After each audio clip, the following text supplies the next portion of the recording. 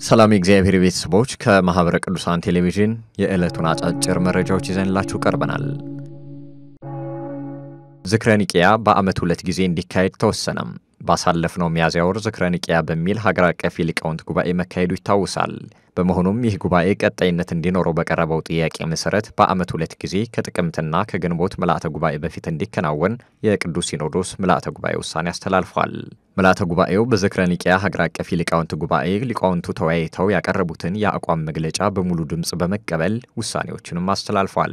በውሳኔዎቹ መሰረትም በሊቃውንት ቤተክርስቲያን አማካኝነት ነገረ ማርያምና ነገረ ክርስቶስን በተመለከተ ኦርቶዶክሳዊ ትምህርት በሊቃውንት ጉባኤ ታይቶና ተሟልቶ በመጽሐፍ መልክ እንዲወጣና እንዲታተም ተወስኗል። በተጨማሪም በነገረ ክርስቶስና በነገረ ማርያም ትምህርት ላይ በሚዲያ የሚተላለፈው ተለይቶ በሊቃውንት ጉባኤ መምህራን ብቻ በጎላና በተረዳ መልክ እንዲቀርብም ውሳኔ ተላልፏል። በተያያዘ መረጃ የሊቃውንት ጉባኤ ክፍሉን በሚመጥን የሰው ኃይል ሊደራጅ እንደሚገባ ተገለጸ።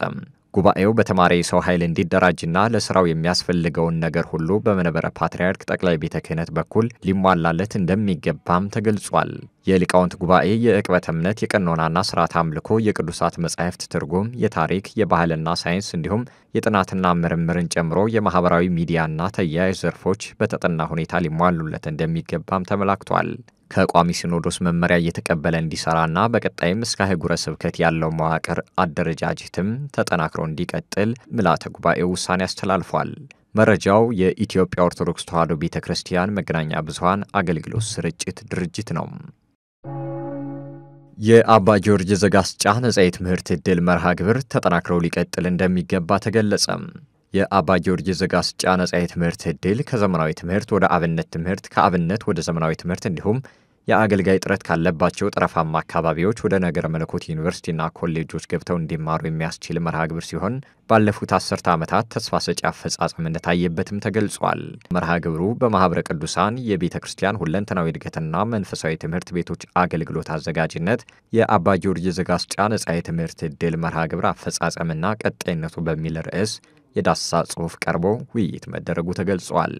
በውይይቱ ከ180 በላይ አገልጋዮች የአባ ጊዮርጊስ ዘጋስጫ ነጻ የትምህርት ዕድል ተጠቃሚ ማድረግ እንደተቻለ የተመላከተ ሲሆን በተለያዩ ዩኒቨርሲቲዎች የግዕዝ መምህራንን ማፍራት እንዳስቻለም ተመላክቷል። የመርሃ ግብሩን ቀጣይነት ለማረጋገጥ የፋይናንስ አቅምን በማጠናከር ባለድርሻ አካላትን በማሳተፍና መመሪያ በማዘጋጀት ቀጣይነቱ ላይ መስራት እንደሚያስፈልግም ተጠቁሟል። መረጃው በማህበረ ቅዱሳን የአዲስ አበባ ማዕከል ሚዲያ ክፍል ነው። ኦርቶዶክሳዊ ቤተሰብን ለማጠናከር ወጣቱ ላይ መስራት እንደሚገባ ተጠቆመ።